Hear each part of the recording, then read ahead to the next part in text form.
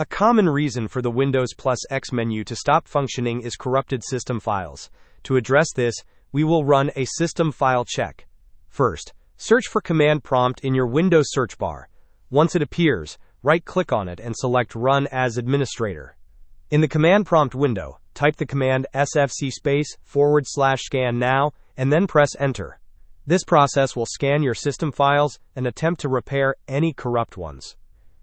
If the system file check does not resolve the issue, a more comprehensive solution is to reset your Windows installation.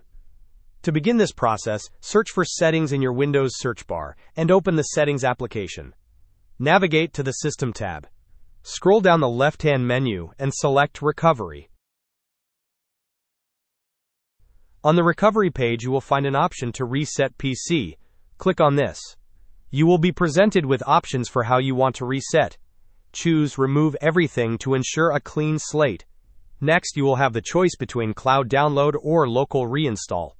For this scenario, we recommend selecting cloud download and then clicking Next. Follow the on-screen prompts to complete the reset process. Hope this was helpful. Don't forget to like and subscribe if you enjoyed. As always, thanks for watching and I will see you in the next video.